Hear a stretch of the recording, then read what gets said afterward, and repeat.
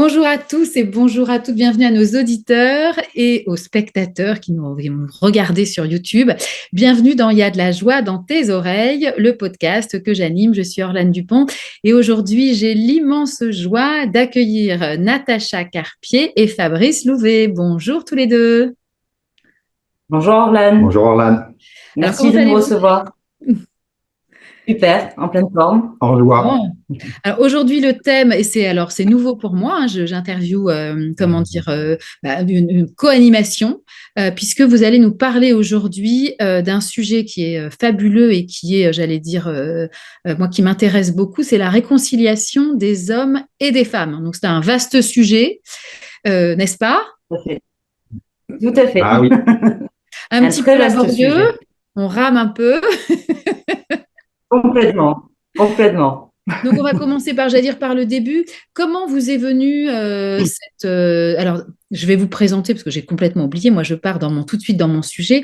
Mais donc, Natacha, tu es thérapeute en énergétique et surtout la fondatrice du mouvement pour la réconciliation des hommes et des femmes. Tu gères également un centre de retraite et de séminaire pour adultes dans le Tarn. Donc là, on est bon.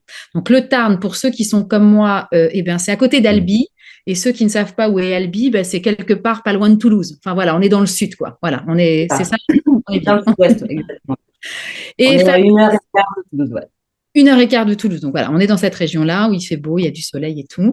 Et Fabrice, tu es accompagnant intime, spécialisé, j'allais dire, sur l'épanouissement sexuel. Voilà, et tu accompagnes des femmes au quotidien sur ce sujet. Donc d'où voilà, notre sujet, notre thématique du jour sur cette réconciliation entre les hommes et les femmes. Alors, on reprend.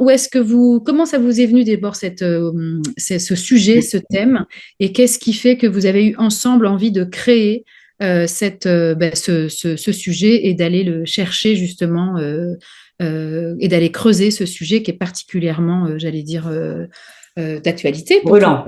à tout moment. Hum. Oui, c'est un sujet d'actualité et puis, mais c'est un sujet d'actualité intemporel en fait. Ça fait des siècles que c'est un sujet d'actualité.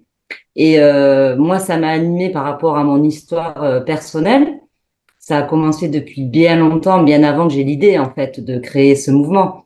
C'est lié à mon histoire avec les hommes, à mon histoire, à mes constats en fait, même autour de moi, pas seulement dans ma vie à moi, de constater à quel point c'est difficile en fait d'avoir des relations apaisées entre les hommes et les femmes et même à l'intérieur de soi. Donc là, en fait, c'est mon cheminement, le travail sur moi qui m'a amené à constater que en soi, on a aussi les deux polarités, homme-femme, enfin masculin-féminin, on va dire, et qu'en fait, tout est... alors ça me vient évidemment de la médecine traditionnelle chinoise, qui est ma formation de base. Je me suis formée il y a un peu plus de 20 ans. Et donc voilà, c'est toutes ces histoires de polarité, d'équilibre entre le yin et le yang, de l'harmonie, qui est en tout en fait, qui est dans la nature, qui est dans les éléments et qui nous impacte directement, puisqu'on vit sur Terre et que la Terre est basée sur cette polarité yin-yang, le soleil, la Terre, les éléments, etc. Et tout comme on voit les influences de la Lune sur nous, nous surtout en tant que femmes, sur notre cycle, sur nos humeurs, mais les hommes aussi. Et puis petit à petit, en cheminant, je me suis rendu compte que lorsque un homme et une femme se rencontraient, en fait, c'était quatre polarités finalement qui se rencontraient. Et si c'était pas équilibré en soi, c'était difficile en fait de s'harmoniser avec la personne en face, que ce soit un homme ou une femme d'ailleurs. Et voilà, mais à force de cheminer là-dedans, j'ai constaté effectivement à quel point c'était beaucoup plus vaste et que ça allait toucher nos conflits intérieurs et refléter nos conflits extérieurs, etc. Puis après, il y a les conditionnements donc notamment les parents, parce que notre premier modèle homme-femme, c'est quand même nos parents. Et en fonction de comment ça s'est passé, de ce qu'on a, voilà, on est tous issus de conditionnements, de schémas. Et donc voilà, donc j'ai travaillé sur tout ça, moi, toute seule, je veux dire, à l'intérieur de moi, avec moi, on va dire. pour toujours constater que, tu vois, à chaque fois, il y a une couche encore, il y a une couche encore, où on peut aller encore plus loin, encore plus loin. Et, euh, et voilà. Et il m'est venu, je me suis séparée encore une fois il y a 3 ans, après diverses relations. Il se trouve que voilà, ça a toujours été compliqué, en fait, pour moi, avec les hommes. Et pour autant, j'ai jamais baissé les bras. Et pendant des années, en fait, j'avais beaucoup d'amis, eux, qui me parlaient des mouvements féministes, etc., etc. J'ai vu cette colère, j'ai vu tout ce mouvement qui me paraît légitime, hein, y a aucun souci. Mais à un moment donné, ça me paraissait euh, trop déséquilibré finalement. Tu vois, c'est-à-dire qu'on était passé d'un modèle patriarcal où d'un coup, ben, les mecs, ils en prenaient plein la tronche et on arrivait dans un autre déséquilibre en fait. Et, et ça me parlait pas en fait, le mouvement féministe, tout ça, ça me parlait pas. Et voilà, donc j'ai vraiment regardé tout ça de près, de loin, avec des livres, avec des articles, avec des gens qui m'inspiraient. Et puis un matin, je me suis réveillée en me disant, mais c'est quoi en fait qui me dérange là-dedans en fait? Et, et en fait, il y a un truc tout simple qui m'est venu, c'est qu'en fait, moi, les hommes, je les aime quoi, tu vois? Et je les aime autant que les femmes. Et j'avais pas envie de choisir. En fait, c'est ça. J'avais l'impression qu'à un moment donné, il fallait choisir son camp. Et moi, j'ai pas envie parce que d'abord, j'aime tous les êtres humains. Et ensuite, parce que je suis une femme, mais je suis très yang aussi. Et que moi, j'adore les mecs, quoi, tu vois. Et donc, voilà. Donc, j'ai cheminé là-dedans. Et puis, à un moment donné, je me suis dit, c'est cool. Je commence à comprendre certaines choses parce que je le voyais sur moi, en fait, et du coup, sur mes relations qui s'amélioraient. Et je me suis dit, si je partageais ça aux gens, mon expérience, mon chemin, mes outils, etc. Et voilà. Et comme j'aime pas faire les choses en petit, moi j'aime bien, tu vois, œuvrer sur du grand. Eh bien, il m'est venu cette idée. Alors bon, c'est pas une idée qui est tombée comme ça, j'imagine. Euh, j'ai plus eu l'impression que j'ai été inspirée par le divin, tu vois, à créer un mouvement pour pouvoir vraiment impacter le plus grand nombre de personnes possible. Voilà, donc ça c'était au printemps, tu vois, c'est tout récent. J'ai créé le mouvement au mois de mars. Et puis suite à ça, ben, voilà, c'était bien, mais il fallait faire quelque chose pour le mettre dans la matière, tu vois. Et donc j'ai décidé d'organiser un festival avec différents intervenants. Il y en a plein des gens qui œuvrent dans ce domaine. Et quand j'ai créé le mouvement, j'ai aussi découvert ça, à quel point ça touchait, mais tellement de personnes différentes, tu vois, issues de milieux différents, etc. Et c'est très riche en fait. Enfin voilà, moi j'ai découvert vraiment à quel point je pouvais vraiment vivre cette passion qui m'anime, tu vois, à l'intérieur de moi, et, et impacter des gens vraiment qui ont envie aussi de vrais comme moi. Donc j'ai organisé ce festival dans mon lieu, donc du coup dans le Tarn. Et là, ben, du coup, j'ai contacté différentes personnes que je ne connaissais pas. Moi, je marche beaucoup comme ça, à ce qui m'inspire instinctivement. Et puis voilà, et puis Fabrice est arrivé sur la liste des intervenants. Et c'est comme ça qu'on s'est connus. Et ça, c'était au mois de juin, Mm. encore plus récemment. Encore plus récemment.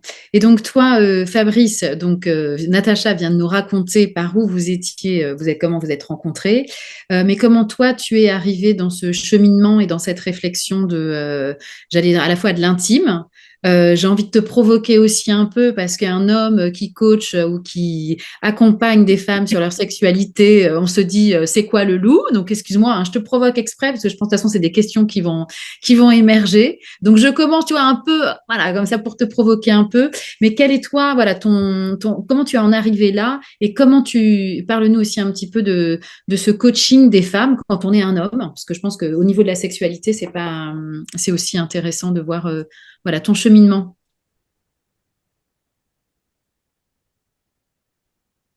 Voilà, j'attendais que la connexion revienne. Ouais. Oui, je me doutais bien. C'est des questions récurrentes que je peux avoir. Donc, je comprends le questionnement. Eh bien, moi, c'est un peu plus frais. Je dirais que j'ai commencé le développement personnel à partir de 2016, suite à un incident dans ma vie privée où j'ai décidé de changer les choses pour moi. Et puis, je me suis offert les formations d'une façon intuitive, par envie, par rencontre, par synchronicité. Et je crois que c'est ce qui nous rassemble aussi, Natacha et moi, c'est ce fonctionnement lié à cette loi d'attraction, à la synchronicité, aux rencontres, au feeling qu'on peut avoir avec les gens et les moments. Et puis, d'une formation à l'autre, je suis arrivé à faire du développement personnel et dans un séminaire en développement personnel, eh bien, j'ai connecté à ce qu'on appelle cette mission de vie que certaines peuvent rechercher. Au-delà du mot, il y a le thème de l'harmonisation des hommes et des femmes qui m'est apparu aussi, comme tu disais tout à l'heure, qui a été canalisé peut-être par le divin ou en tout cas quelque chose de très profond qui vient du cœur, de vrai, pour harmoniser ces hommes et ces femmes. Et ma porte d'entrée pour moi, c'est la sexualité, c'est la vie que j'ai pu avoir, c'est les relations que j'ai pu avoir avec les femmes après mon divorce. J'ai divorcé en 2007. J'ai eu 10 ans de vie commune, deux grands-enfants. Et puis, depuis, j'ai rencontré plusieurs femmes avec des relations plus ou moins courtes et puis des relations éphémères, des relations de célibataires où je me suis aperçu au fur et à mesure que, comme on dit en coaching aussi, ma zone de génie, elle était vraiment dans la relation avec les femmes et puis dans la sexualité que je partageais. Depuis ma première relation sexuelle à l'âge de 19-20 ans, c'était quelque chose qui était facile pour moi. Et je me suis aperçu que depuis 20 ans, eh bien, mes amis venaient me voir pour des conseils de tout genre, mais en particulier sur le thème de la sexualité, parce que j'avais pas de tabou, parce que c'était facile pour moi, c'était quelque chose d'assez évident. Et un jour, en 2016, en faisant ce séminaire en développement personnel, je me suis dit, bah ok, Fabrice, ta zone de génie, elle est là. Et ça m'a fait rire en fait. Je me suis dit, ok, c'est bien beau, mais qu'est-ce que tu fais de ça? Et puis, j'ai décidé d'investir. Je me suis payé un coaching business pour déterminer justement qu'est-ce qu'il y avait derrière cette idée d'utiliser la sexualité dans mon métier et le rapport féminin dans des accompagnements. J'ai senti que l'âme de coach était en moi, que toutes les bases que j'ai reçues depuis 2016, avec principalement des formations en tantra, de la sexothérapie, de l'hypnose, de la thérapie brève, du coaching en développement personnel et professionnel, que ma trame de fond, c'était l'âme d'un coach, que j'avais besoin d'outils de thérapeute et que j'avais besoin de cette base aujourd'hui du tantra pour me permettre de mieux communiquer, d'être en reliance avec la personne que j'accompagne par le cœur. Quelque chose on dit sacré aussi, je le mets entre guillemets parce que ce mot-là veut dire tellement de choses et puis tellement aussi incompris par certaines personnes que c'est plutôt amener la sexualité sous une autre forme que celle qu'on peut connaître. J'ai fait une formation qui a aussi transformé ma vie sur les domaines de fonctionnement en sexualité qui m'ont fait comprendre que comme des traits de caractère, eh bien, on fonctionnait pas de la même manière dans notre sexualité et que des fois, on était persuadé d'avoir des problèmes ou l'autre avait des problèmes, mais parce qu'on avait la méconnaissance que c'était une dimension, un fonctionnement simplement, en fait. Et quand j'ai pris conscience de ça, je me suis dit, là, j'ai à apporter aussi dans les relations hommes-femmes et que ma porte d'entrée était le féminin lié à mon hétérosexualité. Clairement, en fait, l'attirance, l'énergie, la facilité, la liberté que j'avais d'aller vers les femmes, c'est ce qui m'a fait commencer de l'accompagnement intime dédié au féminin. Après avoir fait cette formation sur les domaines de sexualité, eh bien, j'ai ouvert l'espace aussi aux couples, aux hommes. Et dans les formations de tantra que j'ai eues, j'ai été certifié aussi en massage tantrique et j'ai ouvert cette porte aussi bien à l'homme qu'aux femmes. Et puis j'ai bien vu que les difficultés relationnelles étaient exactement les mêmes des deux côtés et que ma porte d'entrée, elle était simplement liée à mon désir, à mes envies, mais que le sujet du féminin et du masculin, qui est plus une approche pour moi tantrique, énergétique, me ramène à cette incompréhension entre les hommes et les femmes. Et, euh, et quand Natacha m'a appelé, c'est là où la rencontre s'est faite, après 3 fois où mon nom est apparu, hein, c'est bien ça, tu raconteras peut-être après. Eh bien, quand elle m'a parlé de son mouvement, je lui ai dit oui tout de suite.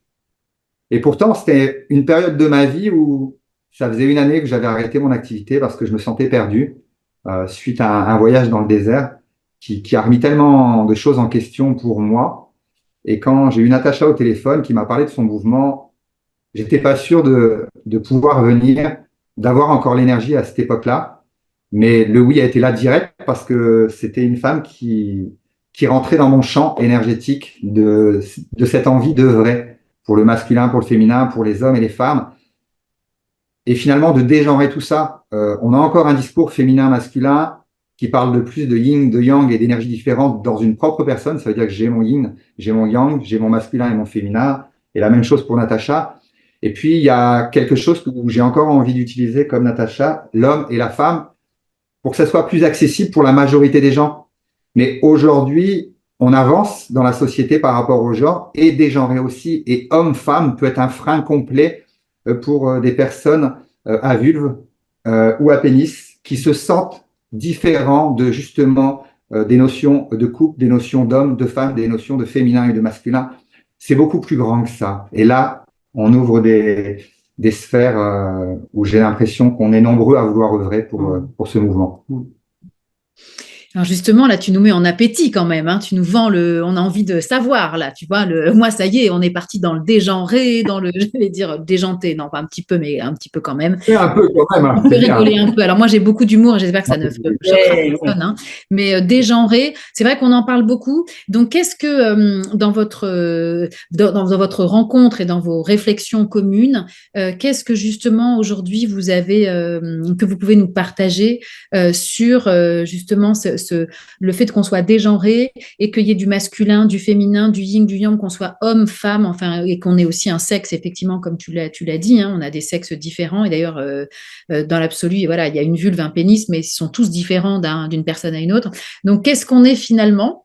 Et par rapport à cette réconciliation, tu disais qu'il y avait quelque chose de plus grand. Alors moi, c'est plutôt ça qui m'a appelé. C'est vers quoi justement on doit aller, si tant est qu'on ait un chemin à avoir à ce niveau-là.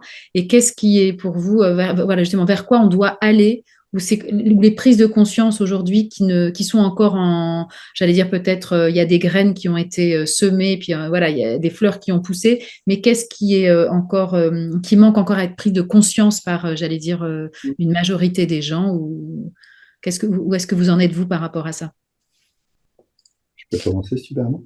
Quelque chose? Oui, je voulais rebondir sur quelque chose d'assez intéressant, c'est que Fabrice tout à l'heure disait que c'était venu après une traversée du désert, et c'est intéressant parce que là il parle d'une vraie traversée du désert, et en fait moi ce mouvement il m'est venu après une traversée du désert mais intérieure.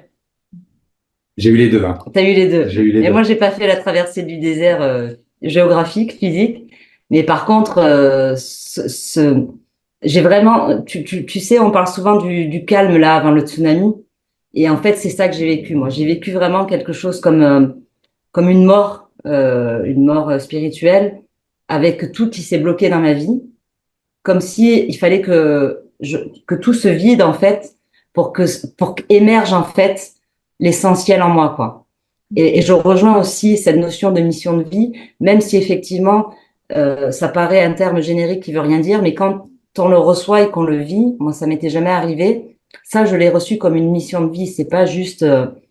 Et en fait, au début, quand c'est arrivé en vérité, c'est arrivé en novembre de l'année dernière. Et en fait, j'ai flippé, quoi. Mais vraiment, j'ai flippé. Je me suis dit, mais attends, créer un truc comme ça, mais waouh, c'est énorme, quoi. Je vais faire comment, quoi. tu vois. Je voyais pas encore que ce que ça allait déclencher et que du coup, je serais évidemment pas seule. Ce que je voyais, c'est que j'étais seule pour le faire et que je me disais, mais waouh, quoi. Enfin, c'est pas possible, quoi. Et donc, en fait, je l'ai pas fait. Et suite à ça, tout s'est bloqué dans ma vie jusqu'à ce que ça revienne un peu de manière fulgurante, comme une évidence et que là, je me dise, bon, ben, ok, quoi. Ok, c'est ça, je le fais. Mais c'est vraiment aujourd'hui une mission de vie, quoi. C'est ma mission de vie, en tout cas. Et donc voilà, donc je voulais rebondir vraiment là-dessus parce que euh, euh, parce que ça fait partie vraiment de ce chemin, c'est une partie hyper importante. Et on s'est retrouvé effectivement sur plein de synchronicités comme ça, en discutant, en se rendant compte que même si notre histoire, évidemment, notre chemin, il est complètement différent, mais il y a quand même plein de choses qui font, voilà. Et d'ailleurs, quand on discute ensemble de la suite, c'est très créatif, quoi. Eh bien, super. Moi, du coup, on a encore envie de repartir sur sur autre chose. Mais avant de repartir vers votre créativité, on revient sur mes questions de départ. Je suis tenace. Je suis tenace. Donc, on était donc voilà, je te laisse reprendre la parole, Fabrice. Alors, moi, je rigole beaucoup, juste Moi, comme ça, un petit aparté. Comme c'est la première fois que j'interviewe deux personnes en même temps, c'est vrai qu'il faut qu'on trouve notre équilibre, hein. On le savait que ça allait être un petit peu donc on est dedans et on s'amuse beaucoup avec. Alors Fabrice, je te donne le relais, vas-y. ben, on est dedans, en fait. Ce que tu viens de dire, pour moi, me permet de transitionner par rapport à ta question de tout à l'heure, vers où on va. La communication, la responsabilité, l'écoute, se connaître, apprendre à connaître l'autre, avoir du vocabulaire commun. Et là, on va commencer à pouvoir construire quelque chose de sain parce qu'on va être 100% responsable de nos émotions, de notre discours, de nos actes, de nos comportements. Ça ne veut pas dire qu'il est parfait, loin de là, hein. Loin de là.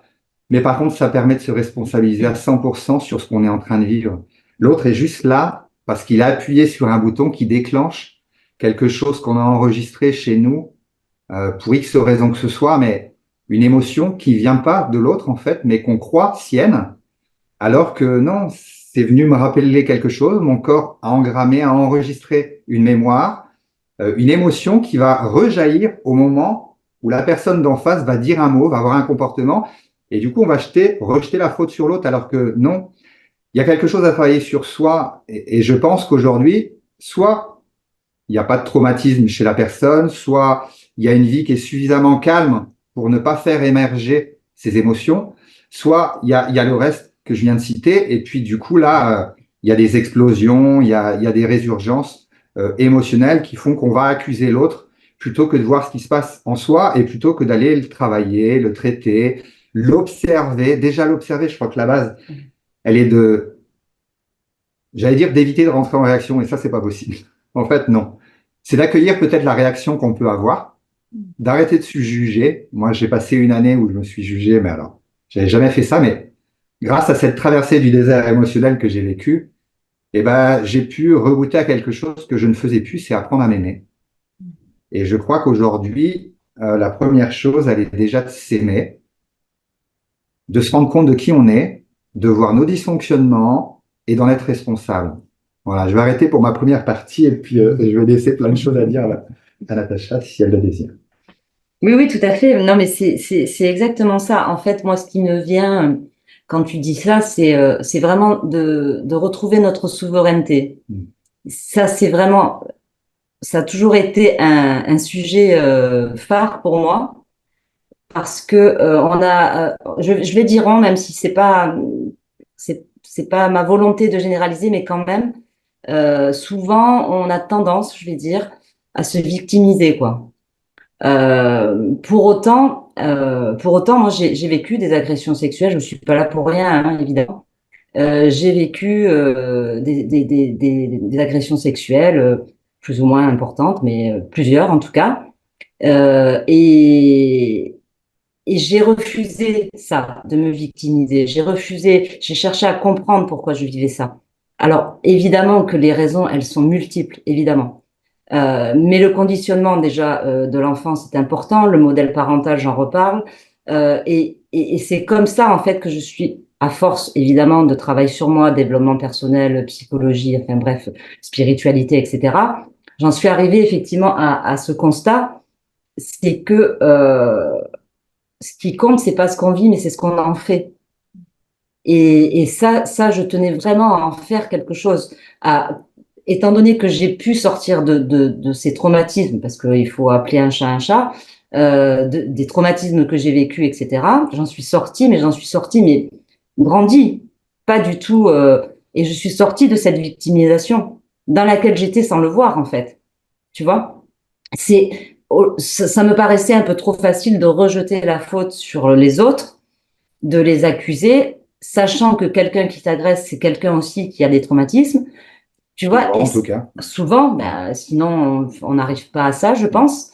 Et donc voilà, c'est tout ce, tu vois, c'est toute cette pelote que j'ai déroulée pour essayer de comprendre chaque phase de comment ça se passe et pourquoi, etc., pour retrouver enfin 100% de ma responsabilité que tu évoques.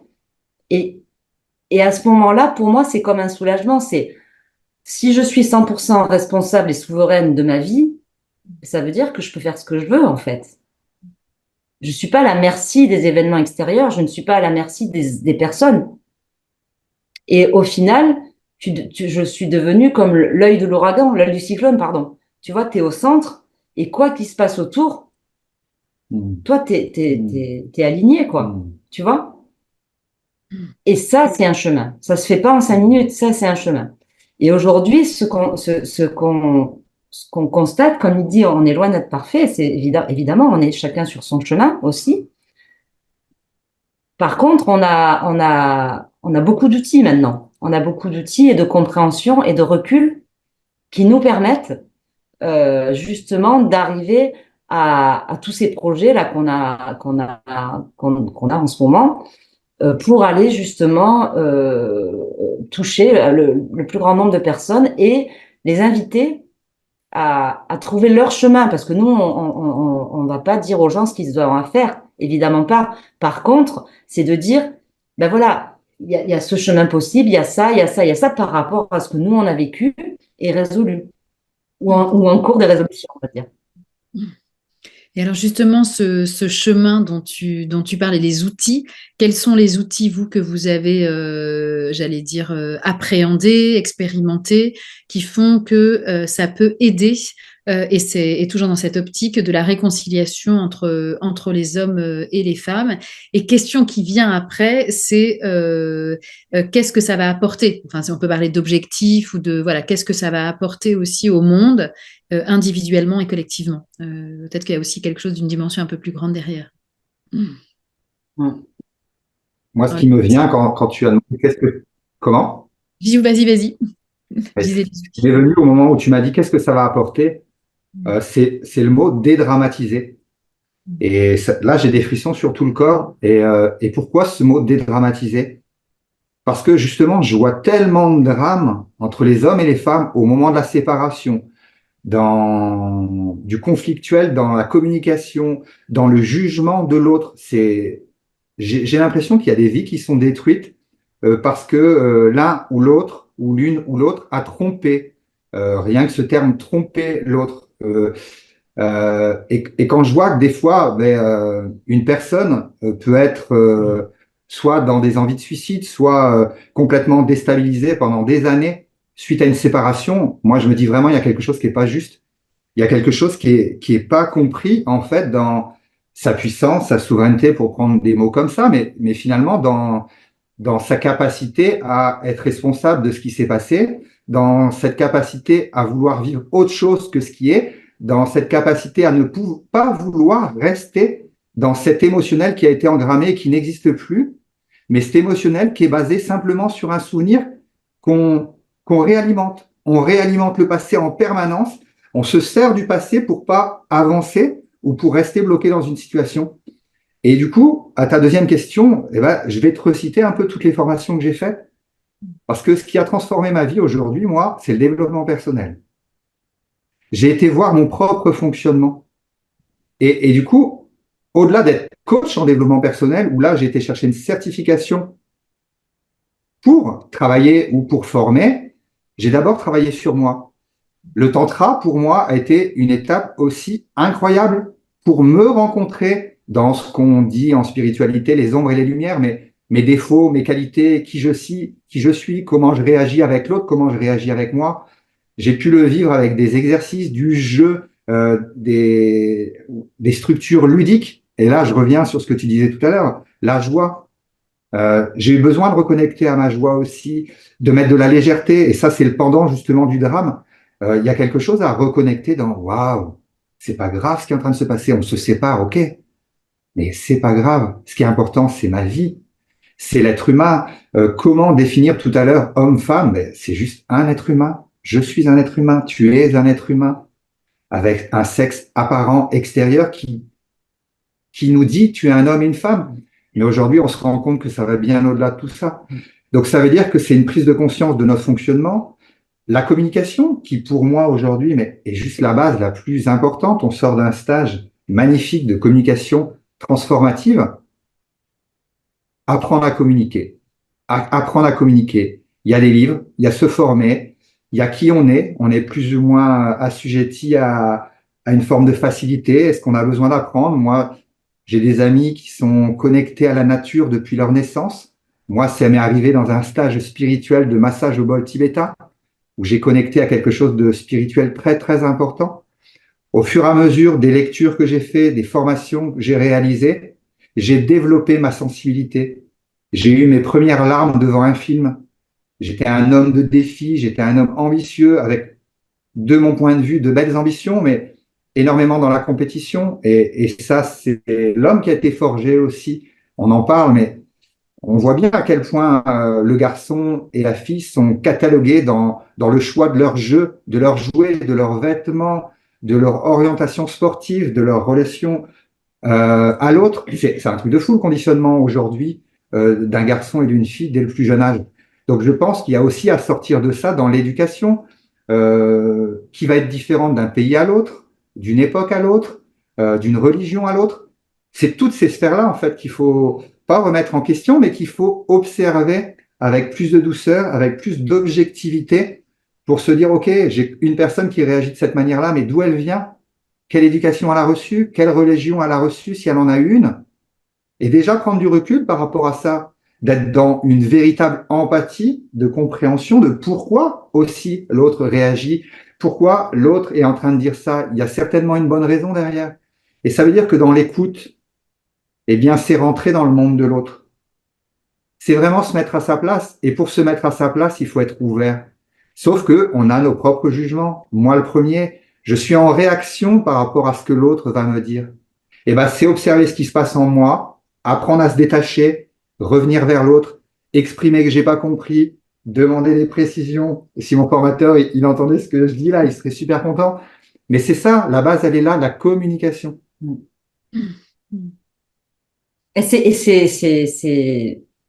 La communication, c'est tellement énorme en fait. C'est tellement énorme. Parce que justement, par exemple, dans ce stage dont tu parles, qu'on a fait ce week-end, il nous expliquait que 55% de la communication est non verbale. Donc, les mots représentent 7%, je crois. Tu vois, c'est-à-dire rien. Tout se passe dans le corporel, tout se passe dans l'expression, dans le visage, tu vois. Donc, c'est apprendre à décoder tout ça, quoi. Mais sans rentrer quand même c'est frais là, c'est pour ça qu'on en parle, mais sans rentrer dans les détails de ça, effectivement, l'idée, en tout cas, comment je vois les choses aujourd'hui, c'est vraiment de sortir de ces vieux clichés, de ces vieux paradigmes pour créer mais vraiment une nouvelle façon d'être en relation, que ce soit entre les hommes et les femmes ou de manière générale. Hein. C'est vraiment d'arriver à faire table rase, ce qui n'est pas simple. Hein. Ça ne veut pas dire que le passé, on le fout à la poubelle, c'est pas du tout ça. Mais c'est sortir vraiment de ces ornières, en fait, pour s'élever, voir plus grand, plus haut, et se dire, OK, il s'est passé ça dans le passé, il s'est passé ça, il s'est passé ça, mais on peut faire autrement, on peut faire différemment dès lors que chacun prend sa responsabilité. Donc, effectivement, ça demande quand même à la base d'avoir envie de voir les choses autrement, que ce soit une évidence même, tu vois. Et pour autant, et d'ailleurs, c'est comme quand souvent on parle de ça, mais personne nous a appris à être en couple, personne nous apprend à devenir parents, par exemple.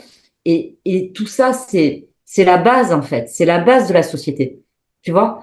On nous regarde, on arrive dans la vie, on a, allez, on va dire 16, 17 ans, 18 ans, on a nos premières relations sexuelles. Sincèrement, on est combien sur Terre à avoir reçu un minimum d'éducation? Comment ça fonctionne? Qu'est-ce que, tu vois? Mais pourquoi? Parce que nos aînés, ils l'ont pas reçu. Donc, en fait, on est toujours dans un truc où, en fait, on découvre sur le terrain. Aujourd'hui, là, je vais aborder ce sujet parce qu'il me paraît hyper important. Aujourd'hui, la plupart des jeunes gens, ils sont éduqués avec du porno. Et ça, c'est une catastrophe parce que le porno, c'est tout sauf de la sexualité, c'est tout sauf de l'amour. Et là, on est vraiment dans un monde. Pour le coup, j'ai donné quelques cours d'éducation sexuelle dans des collèges. Je peux te dire que j'ai fait un constat effroyable, effroyable. Les jeunes gens avec qui j'étais, ils me parlaient de choses, mais c'était que du porno. Et là, on a un gros problème aussi, quoi. Donc, c'est aussi de refonder tout ça. Moi, l'image que j'ai, c'est un gros coup de pied dans la fourmilière et on repart sur des bonnes bases. Mais ça va pas se faire comme ça. Ça va pas se faire en 5 minutes. J'ai pensé à ce qui nous relie aussi, c'est cette envie de parler franchement. Euh, il y a des formations qui sont magnifiques où on va mettre la beauté de l'homme, la beauté de femme, la beauté de la femme en avant. On va demander ce qu'on attend de l'un et de l'autre. On va parler de ce qu'on vit, mais je pense qu'il serait temps qu'on mette sur la table nos défauts, nos perversités, nos difficultés, ce qu'on attend réellement de l'autre, qu'on ose poser clairement avec des mots simples, ce qui est dur pour nous, le pourquoi, le comment, et puis voilà, qu'on communique d'une façon authentique. Mais par contre, ça va demander tous les outils dont on a cité en amont, cette capacité de recevoir sans prendre pour soi, parce que quand un homme ou une femme va, et je vais employer ce terme, mais dégueuler ce qu'elle a au fond des tripes à l'autre, eh bien, il y a besoin de savoir prendre ce recul pour dire, OK, juste elle est en train de se libérer, c'est un cadeau pour elle qu'elle puisse lâcher ou qu'il puisse lâcher tout ce qu'il a en lui, en elle, et elle, pour dégenrer tout ça, et de se dire, OK, mais on entend ce qui est là. On ne le juge pas, on l'accueille, on le reçoit tel qu'il est dans la réalité de l'autre. L'empathie, tout simplement. Et puis après, de pouvoir aussi poser soi-même ce qui est là, dans ces mots-là, et dans nos ombres, dans ces côtés très sombres on peut avoir. Et là, ça me fait la boucle sur les domaines de sexualité où, dans les domaines de sexualité, eh ben, vous avez la partie transgressive de notre sexualité, cette envie de sortir des sentiers battus, ce côté rebelle de la vie, de la société et de la sexualité, où des fois on peut imaginer des fantasmes qui nous paraissent tellement absurdes ou moches ou pire que ça, et on va pas oser en parler, alors que finalement, en face, on va avoir sa partenaire qui peut avoir des fantasmes similaires, mais on va en avoir honte, on va culpabiliser et pas l'évoquer. Mais ça veut dire qu'il faut de la connaissance. Il y a un besoin de connaissance pour pouvoir exprimer ça. Il faut se sentir en sécurité vis-à-vis de l'autre aussi pour pouvoir se livrer. Et tout s'apprend. Et c'est ce que tu disais tout à l'heure, finalement, dans l'éducation sexuelle. Est-ce qu'on parle de l'amour? Est-ce qu'on parle des sentiments? Est-ce qu'on parle de ralentir? Est-ce qu'on parle de prendre le temps, d'aller découvrir d'autres sphères que celles qu'on a appris, et entre autres par la pornographie, de ce préliminaire de la façon dont on croit que c'est, la pénétration et puis la cigarette et le dodo derrière. Il y a tellement d'autres choses. Le tantra m'a permis d'aller découvrir la lenteur. Le slow sex m'a permis de découvrir la lenteur des stages plus spirituels ou avec des méditations, des lectures, des exercices, où j'ai pu connecter à des états de béatitude juste hallucinantes. Et moi, ça a été ma révélation en tant qu'homme et aujourd'hui encore, j'ai encore besoin clairement d'avoir une jouissance éjaculatoire, une jouissance libératoire, énergétique, puissante, rapide. Et c'est complètement OK. Mais depuis que j'ai goûté aussi d'avoir pris le temps d'être connecté à mon sexe, à celui de ma partenaire, de mettre ce côté sacré de waouh, je suis à l'intérieur de quelqu'un. Mais quand vous remettez vraiment les termes, je suis à l'intérieur d'un être humain en tant qu'homme avec un sexe qui rentre. Waouh, il y a une autre dimension qui se crée. Et quand on commence à rentrer dans le ressenti, dans la lenteur et dans la sacralisation, mais pas religieuse, la sacralisation de ce qu'on est en train de faire, de la conscience que l'on est en train de mettre dans ce qui est en train de se passer, on va toucher une beauté qui sort du quotidien. Et moi, je dis aujourd'hui, je peux faire la même position tous les jours, plusieurs fois par jour.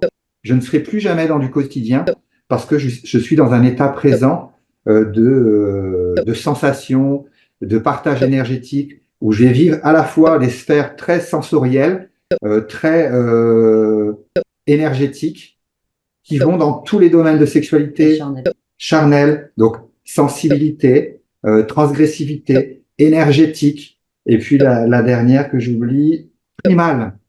S'autoriser aussi d'avoir une sexualité avec du rythme, avec de la puissance, avec quelque chose de cru, qu'on ose, qui est spontané, qui est fun, qui est tellement joyeux. Donc il n'y a pas à fermer les portes de ce côté primal pour aller chercher le côté spirituel ou sacré. Non, il y a juste à s'autoriser à tout avoir à l'instant où c'est présent.